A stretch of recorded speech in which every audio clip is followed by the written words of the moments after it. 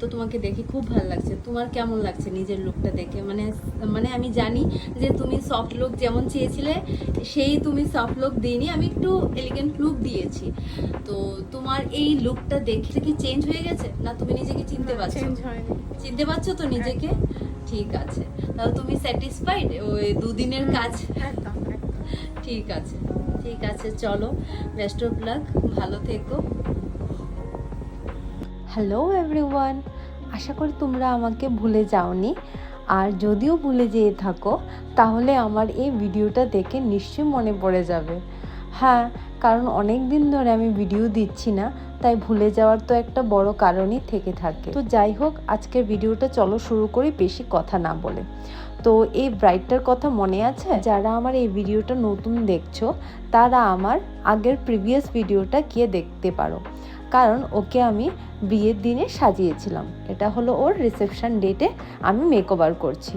তো রিসেপশন ডেটে ওকে যখন আমি সাজাতে যাই তখন অ্যাজ ইউজুয়াল গিয়ে অনেকক্ষণ বসে থাকতে হয়েছে, বাট এতটাই পোলাইটলি ওরা বিহেভিয়ার করেছে আমি আর কিছু বলার ছিল না।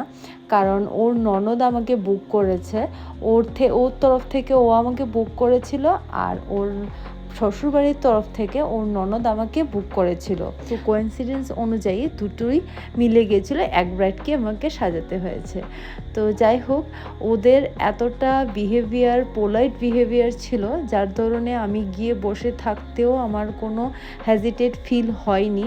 তো গিয়ে অনেকক্ষণ বসে থাকার পর ও এসেছে, কারণ ওর রিসেপশনের যে প্রোগ্রামগুলো হচ্ছিল ওটা হচ্ছিল ওর ইভেন্ট হলে, আর ওকে আমাকে সাজাতে হয়েছে ওর শ্বশুরবাড়িতে। তো শ্বশুরবাড়িতে আমি গিয়ে দাঁড়িয়েছিলাম।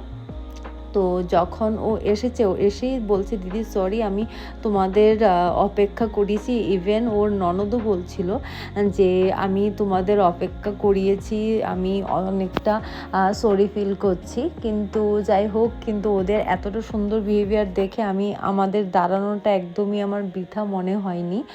একটু একটু তো সবারই দেরি হতেই পারে। তো গিয়েই আমি শুরু করে দিয়েছি ওকে শাড়ি পরিয়ে মেকআপ করানো। তো যেহেতু আমার বিয়ের দিনে ওকে সাজিয়ে আমার ছিল যে কি কি সাজানো, কী রকম পছন্দ করবে ও, এবং ওর থেকে রিভিউ নিয়েছি যে বিয়ের দিন কে কী বলেছে। ওটা সম্ভব আমি ওই দিন সাজিয়ে এসেছিলাম, তো সবাই তার থেকে অনেক বেশি ওকে অ্যাপ্রিসিয়েট করেছিল।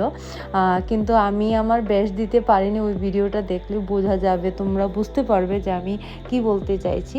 তো রিসেপশন ডেটে আমি বলছিলাম ওকে আর ওর ননদকে, যেহেতু ওর ননদ আমাকে বুক করেছিল এবং ওর ননদ বলেছিল ওর কথা একদমই শুনবে না, তুমি যেভাবে ওকে ভালো লাগবে সেইভাবেই ওকে সাজিয়ে দিও। তো সেভাবেই আমি ওকে সাজিয়ে দিয়েছি, এবং ওর ননদের উপরও কিছু বলেনি। ও বলছিল যে ননদ যেভাবে বলেছে সেভাবেই আমাকে সাজিয়ে দাও দিদি, কারণ বিয়েতে তো তুমি আমার মতো করে সাজিয়েছো, আজকে তুমি আমার ননদের মতো আর তোমার মতো করে সাজিয়ে তো।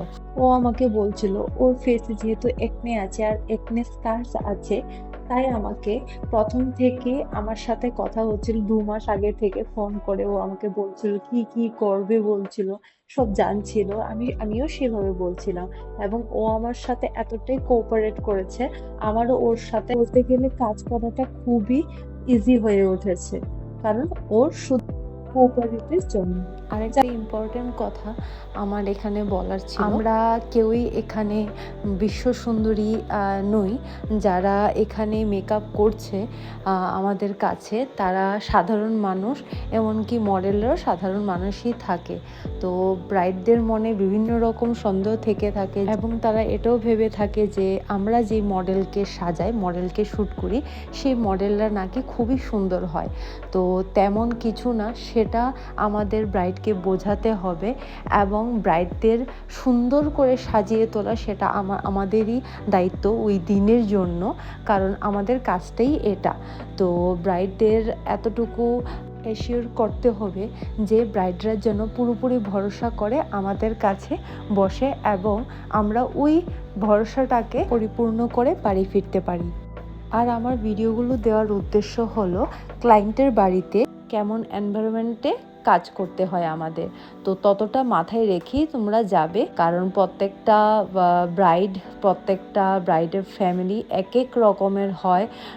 প্রত্যেকজনই এক এক রকম বিহেভিয়ার তোমরা পাবে প্রতিজন থেকে। সো তোমরা এখানে কাজ করতে যাবে, কাজটা করে কমপ্লিট করে সুন্দরভাবে চলে আসবে, সেটাই আমার বলা আমার ভিডিও থ্রুতে প্রত্যেকজনকে।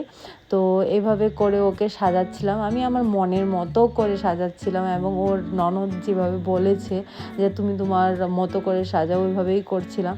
তো দেখো আমি হেয়ারটা এখানে ফলস হেয়ার লাগিয়েছি। আর খোপাটা তোমাদের কেমন লাগলো হেয়ার বানটা সেটাও আমাকে কমেন্টস করে জানাবে, কারণ ওর হেয়ারের সঙ্গে কিন্তু ওর হেয়ার আমি যেটা খোপাটার কামি মানে এক্সটেনশন যেটা লাগিয়েছিলাম সেটা কিন্তু ম্যাচ করছিল না। বাট সেটাও পরে যখন আমি কমপ্লিট করেছি খুবই ভালো লাগছিল ওকে দেখতে। স্পেশালি যখন সাজিয়ে উঠেছি সেরেছি তখন ওর হাজব্যান্ডও ভীষণ শাই ছিল, হাজব্যান্ডও বলছে ভালো হয়েছে, ইভেন ওর ননদ বলছিল যে খুবই ভালো হয়েছে, খুবই ভালো হয়েছে। সো আমি আমার যতটুকু সম্ভব দিয়েছি, ওকে সাজিয়েছি এবং ও যখন এসে বসেছে আমার কাছে তো আমিও তাড়াতাড়ি করে সাজটা ওর কমপ্লিট করে দিয়েছি। ওটা নিয়েও ও খুবই খুশি ফিল করছিল, ও হ্যাপি ছিল।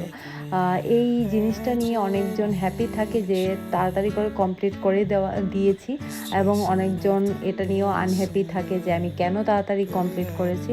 তো যাই হোক, যার যার একটা মনের ভাবনা। তো আমার এখানে একটা ছোট্ট একটা কথা বলার ছিল আমার ভিউয়ার্সদের জন্য, কারণ এই ভিডিওগুলি যে আমি করি সেগুলো কাউকে হার্ট করার জন্য একদমই নয়। আমার এই ইউটিউবে যে ব্লগগুলো দিই সেগুলোর কন্টেন্ট আমার নিজস্ব, কারণ প্রত্যেকজন প্রত্যেক রকম ব্লগাররা মেকআপ আর্টিস্টরা ব্লগ করে থাকে, কন্টেন্ট বিভিন্ন প্রকার দিয়ে থাকে। বাট আমি এখানে এরকম কন্টেন্টই দিই যেন আপকামিং মেকআপ আর্টিস্টরা অ্যাজ এ ফ্রিল্যান্সার হিসেবে যখন কাজ করতে যাবে কেমন কি এনভায়রনমেন্ট পাবে সেই ব্যাপার নিয়ে আমার ভিডিওগুলো দেওয়া। অন্য কাউকে হার্ট করার মতো কোনো আমার এখানে ইন্টেনশন থাকে না, কারণ আজকাল সোশ্যাল মিডিয়াতে প্রচুর মেকআপ ভিডিও থাকে। তাই আমার এই ভিডিওগুলোর উদ্দেশ্যে যেন তারা এনভায়রনমেন্ট সম্পর্কে যেন বুঝতে পারে সেই ব্যাপারটাই শুধু বোঝার জন্য, আর কিছু না। যাই হোক, সবাই ভালো থেকো। আজকে এই ভিডিওটা এখানেই কমপ্লিট করছি। সবাই ভালো থেকো, সুস্থ থেকো।